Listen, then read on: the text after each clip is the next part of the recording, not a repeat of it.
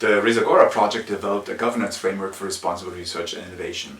And one of the key assumptions we had from early on was that already today numerous governance instruments and responsible practices of research and innovation exist.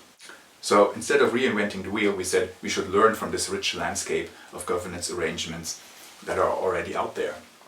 We started an extensive empirical program during which we conducted over 40 different case studies, and in addition to that we monitored the RRI developments in 16 different European countries. But most importantly, we involved a large number of stakeholders in this process. During the so-called co-construction phase of Res-AGorA, we tested, refined and further developed, together with these stakeholders, the governance framework for RRI. In the following video, we want to share the different perspectives of some of the stakeholders who contributed to the project. They will explain the potentials they see with regard to RRI, but also some of the pitfalls and challenges associated to the concept when trying to implement it. So to my mind, responsible research and innovation is about a new conversation about research and innovation that takes on board a set of questions that have been ignored up till now. And they're questions to do with not just the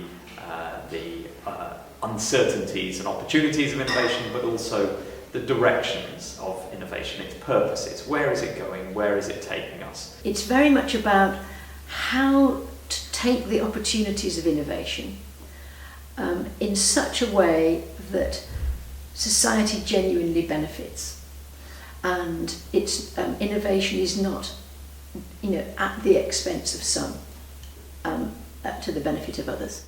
Well, I hope that RRI could bring forward solutions that don't only have economic benefits, but also benefits for society or the environment. There are no easy answers to complex questions, but I see RRI as a way of addressing the complexities, and it's the way forward.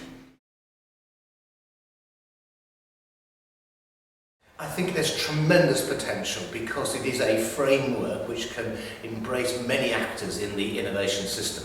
Universities, public authorities, civil society groups, and there's a really important need to have a framework where these different actors can come together and think about how they can collaborate and work with each other. A major potential lies for me in the point that it creates awareness, it creates a reflection of people in charge and responsible.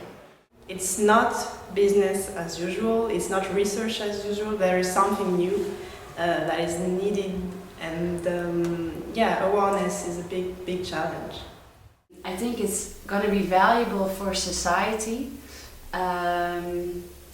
when people become more conscious of what they are doing. It's mostly, for me, it's mostly a culture change. And here is a way to communicate and disseminate a cultural attitude to research and innovation that takes responsibility seriously. It provides a forum to discuss values, judgments, priorities for both research and innovation. There should be a proper legal environment, but also education. Yeah. So I think that education is one of the keys for responsible research and innovation. So people have simply to feel it. I think one of the very big challenges when it comes to RRI is resistance from the expert communities, the research communities, because they want to speak truth to the power or to the public and say, we know, we are the experts, leave it to us and we will solve it for you. We need to change our idea about what counts as excellent science. Excellent science needs to also include some sense of publicly important science, of relevant science. But the way that we talk about scientific excellence, it tends to be the opposite of that, right? This is science for science's sake, defined in its own terms.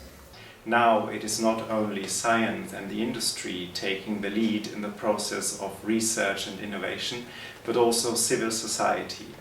So I think there's a very important role for let's say, for civil society to be involved in this to make sure that the right questions are being asked and not the wrong questions. Social scientists should still keep the role of critical observers of the process, to keep an eye on how the things are being done.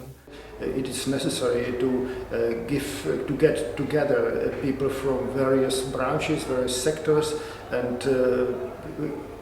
basically they are speaking another languages and have another goals and another missions. So it's really difficult. I think the barriers is can we find a common dialogue, a common language where we can discuss it meaningfully?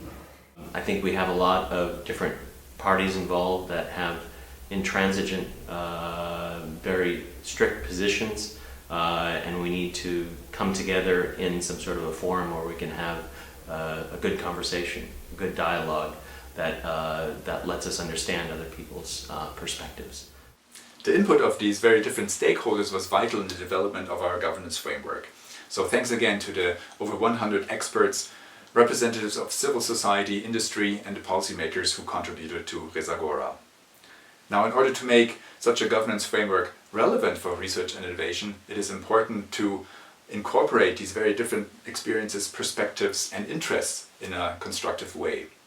Now, the guiding principles we developed in the project are intended to support structures, conditions and mechanisms which provide spaces and to balance out and negotiate these very different interests and perspectives related to responsible research and innovation. So in essence, we hope to support actors who are interested in governing their research and innovation activities towards responsible research and innovation.